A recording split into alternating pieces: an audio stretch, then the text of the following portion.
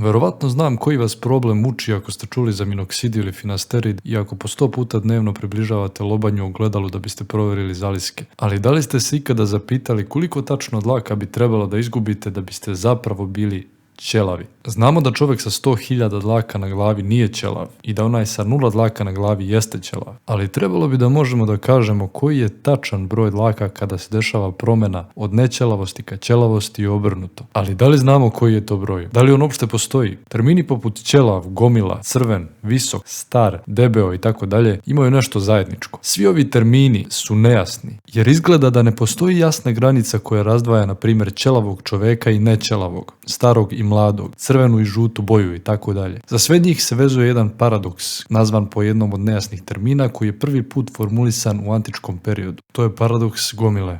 Jedno zrno pšenice nije gomila, to je jasno. Jedno zrno nije dovoljno da bi napravilo razliku između gomile i ne gomile. Ili preciznije rečeno, za svako n, ako n zrna nije gomila, onda n plus 1 zrna nije gomila. Ako jedno zrno pšenice nije gomila, onda nisu ni 2. Ako 2 nisu, onda nisu ni 3 i tako dalje. Do ako 999.999 zrna nisu gomila, onda ni milion zrna nije gomila. Dakle, milion zrna nije gomila. Evo primjera paradoksa sa drugim nejasnim terminom. Reklo bi se da su premise istinite, zaključak sledi, ali je lažan. Naša klasična logika je dvovrednosna, to jest bulovska logika. U njoj važe određeni principi koji će biti važni za temu ovog videa. Jedan od njih je semantički princip bivalencije, po kome svaka nedvosmislena deklarativna rečenica ima tačno jednu istinitosnu vrednost, i to istinu ili laž. Drugi princip je zakon isključenja trećeg, koji tvrdi da za svaki iskaz ili je slučaj da je taj iskaz istinit ili je njegova negacija istinita. Uzmimo u obzir jedan granični slučaj nejasnog termina. Na primjer nekog čoveka, nazovimo ga Nikola, za koga ne bismo mogli da kažemo ni da je visok, ni da nije, nego nešto na granici. Sigurno ne bismo kao i Stopa rekli za njega da je visok ili da nije. Kolebali bismo se, rekli bismo pa tu je negde ili pa onako. Ili jednostavno samo rukom pokazali kao Jimmy McNulty u svom čuvenom gifu. Deluje kao da klasična logika ne može da obuhvati ovu neodlučnost jer izgleda kao da nam treba još istinitosnih vrednosti za primjere poput Nikole. Da li onda ovo znači da klasična logika nije dobra jer izgleda da ne može da obuhvati nejasne termine? Da li treba da odbacimo ili revidiramo klasičnu logiku? Ovim pitanjima ćemo se baviti u nastavku videa kada će biti pomenuta neka od rješenja paradoksa gomile. Postoji više mogućih pristupa kada je paradoks gomile u pitanju. Možemo reći da je paradoks nerešiv i da je zaključak koji smo izveli istinit, ali onda ispada da milion zrna nije gomila, da čovjek sa 0 dlaka na glavi nije ćelav, da je crvena boja žuta i tako dalje. Pošto u svakodnevnom govoru bez problema baratamo nejasnim terminima, većina filozofa smatra da je paradoks rešiv. Epistemicizam je gledište po kome nejasni termini imaju jasne i oštre granice, ali mi ne znamo gdje se one nalaze, u čemu se zapravo i ogleda njihova nejasnost. Ovim se rešava problem sa paradoksom gomile tako što se tvrdi da je jedna od premisa lažna. Dakle, ako čovjek sa, na primjer, 50.001 dlakom nije ćelav, moguće je da čovjek sa 50.000 dlaka jeste ćelav. Prednost epistemicizma je u tome što ako ga prihvatimo, onda ne moramo da revidiramo klasičnu semantiku ni logiku koja je od izuzetnog značaja zbog svoje jednostavnosti i primjene. Dakle, i princip bivalencije i zakon isključenja trećeg ostaju da važe ako prihvatimo epistemicizam. Neki od prigovora epistemicizmu su kontraintuitivnost i objašnjenje neznanja. Teško je poverovati u to da zaista postoji poseban broj koji određuje granicu između visokog i nevisokog čoveka. Također, zbog čega tačno mi ne možemo da saznamo oštru granicu koja postoji za svaki nejasan termin. Čini se kao da bi trebalo objasniti zbog čega zapravo mi tu granicu nismo u stanju da otkrijemo ako ona već postoji. Postoje razni odgovori na ove prigovore, ali u ovom videu nemam vremena za njih. Imajte u vidu samo da za svaku filozofsku tezu mogu postojati prigovori, kao i prigovori na prigovore, kao i prigovori na prigovore na prigovore i tako dalje. Kod sve tri pozicije pomenut ću samo glavne teze i neke od glavnih prigovora. Sljedeće stanovište o kom će biti reči se zove supervaluacionizam. Supervaluacionista smatra da je apsurdno reći da jedna dlaka ili zrno mogu da naprave razliku. Nejasnost ne leži u tome što mi ne znamo gdje se nalazi granica, već u tome što prava semantička neodređenost koju srećemo kod nejasnih termina postoji. Uzmimo u obzir sljedeću rečenicu koja je primjer jedne vrste semantičke neodređenosti. Miš je u kutiji. Pošto nije dat kontekst, ova rečenica je dvosmislena jer ne znamo da li se miš odnosi na životinju ili na računarsku komponentu. Zamislimo da su u kutiji zapravo i životinja i računarska komponenta. Supervaluacionista smatra da je u tom slučaju ova rečenica istinita. Ako u kutiji nisu ni životinja životinja ni komponenta, to jest ako je u njoj nešto drugo ili ako je ona prazna, onda je rečenica lažna. A ako je samo životinja ili samo komponenta, onda je rečenica vrednosno neodređena. Istu ovu strategiju supervaluacionista primjenjuje na rečenice sa nejasnim terminima. Supervaluacionista ima za cilj da se izbori sa nejasnošću tako što će jezik učiniti preciznijim. Možemo na primjer reći da visok znači viši od 185 cm.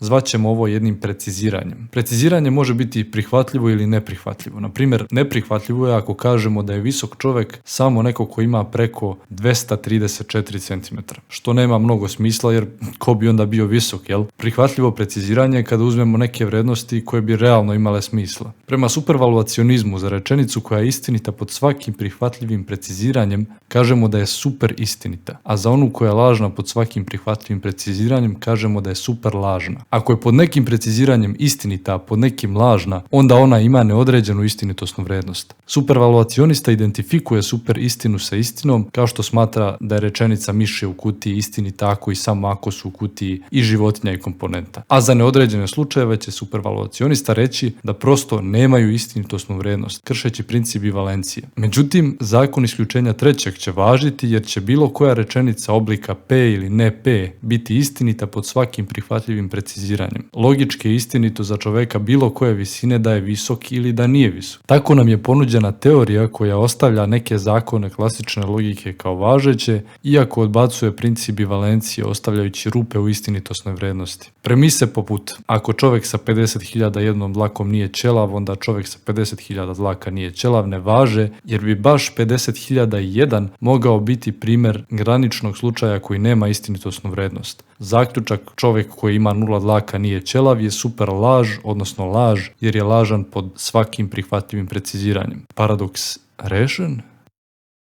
Reši bre, reši ga, rešio sam ga, rešio me, rešio ga, reši ga bre, reši ga. Jedna od primjedbi supervaluacionizmu se odnosi na nejasnost višeg reda. Koja su to tačno prihvatljiva preciziranja? I u vezi toga izgleda postoji nejasnost. Ako je recimo 190 cm prihvatljivo preciziranje za visok, zašto onda ne bi bilo i 50 cm? Pogledajte ovaj argument. Delo je poznato. Dakle, termin prihvatljivo preciziranje je nejasan. I ako supervaluacionista pokuša da primjeni svoju semantiku na termin prihvatljivo preciziranje, upašće u isti problem. I tako u beskonačnost. Pošto je prihvatljivo preciziranje nejasno, nejasno je i koja preciziranja prihvatljivog preciziranja su prihvatljiva. Druge primjedbe se uglavnom odnose na to da supervaluacionizam, iako zadržava neke zakone klasične logike, previše toga odbacuje. Kao što je već rečeno, u klasičnoj logici nešto može imati vrednost 1 ili 0. U fazi logici postoje stepeni istine, odnosno beskonačno istinitosnih vrednosti predstavljenih realnim brojevima između 0 i 1.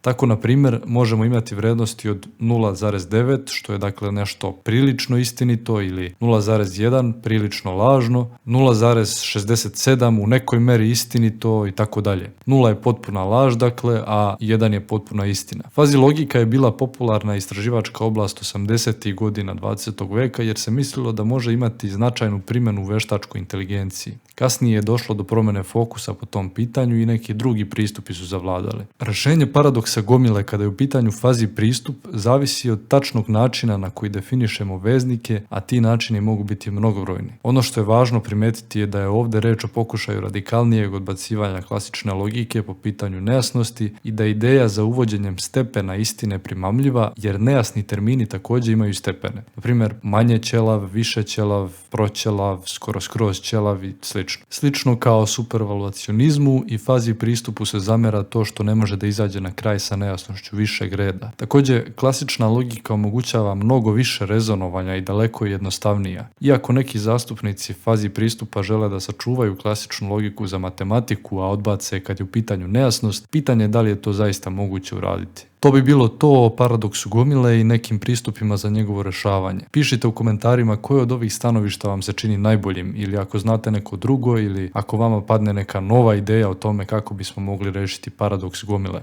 Na kraju želim da vam se zahvalim na dobrim i korisnim komentarima na prošlom videu i na podršci.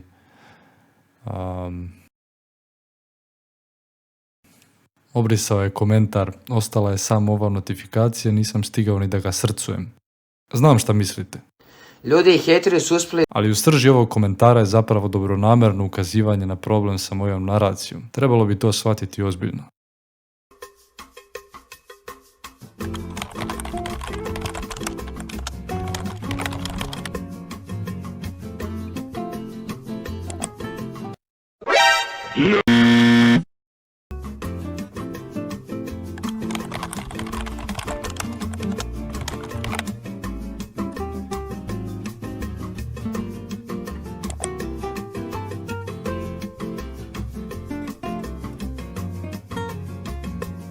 So,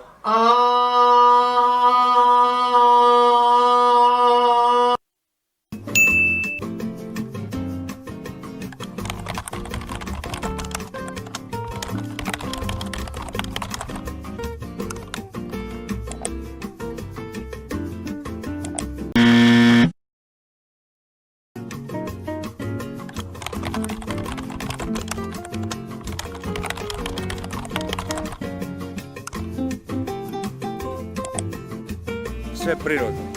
Priroda čuva i svi nas čuva priroda.